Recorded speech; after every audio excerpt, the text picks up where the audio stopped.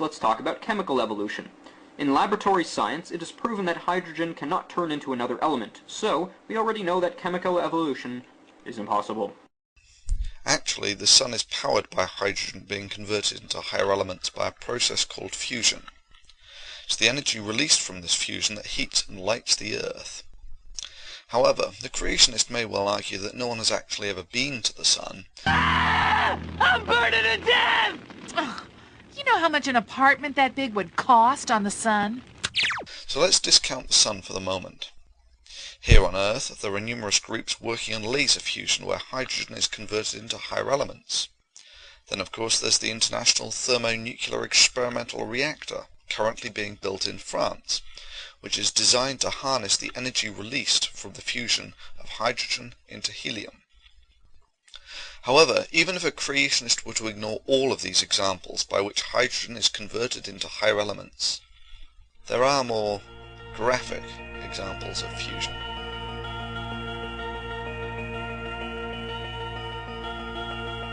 It is proven that hydrogen cannot turn into another element. Hydrogen cannot turn into another element, which we've proven to be impossible.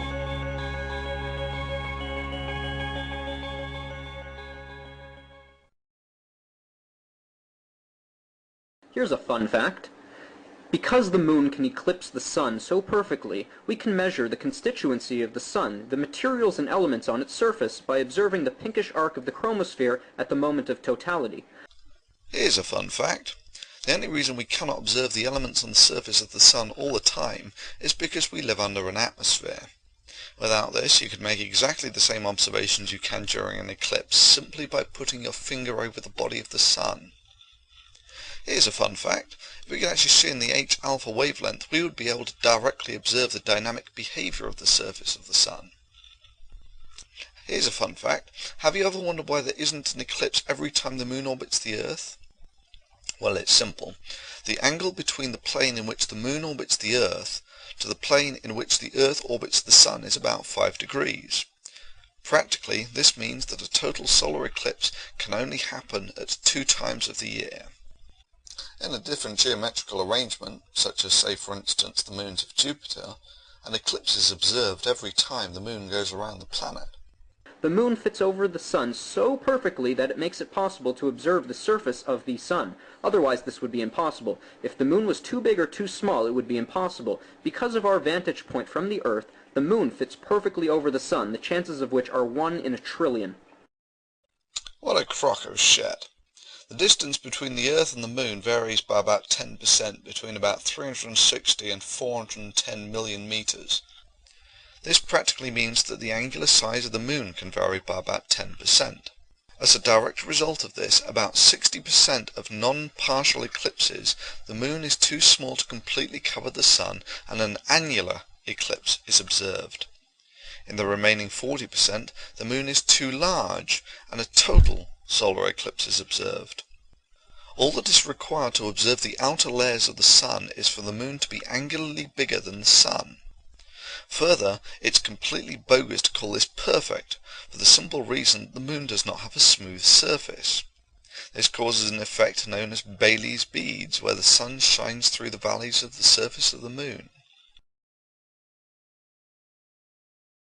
Well, I'm not going to sit here and tell you that I know how the planet was formed, because I don't. The Bible says God made the heavens and the earth in 6 days.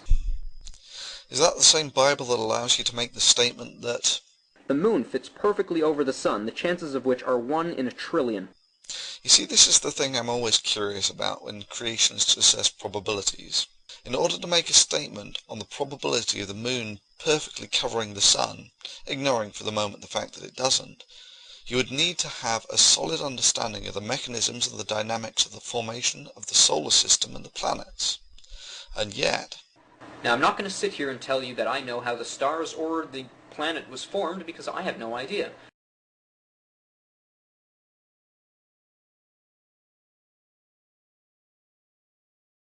Clearly this is pure imagination, yet it's in a science textbook. Ridiculous, right? So if there is pure imagination sneaking into the textbooks, how can you trust what it says? Let's keep going. The conservation of angular momentum, we're going to talk about it, shows that if some...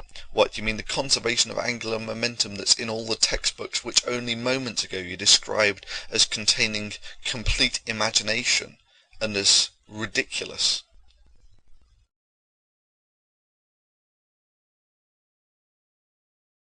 The moon fits over the sun so perfectly that it makes it possible to observe the surface of the sun.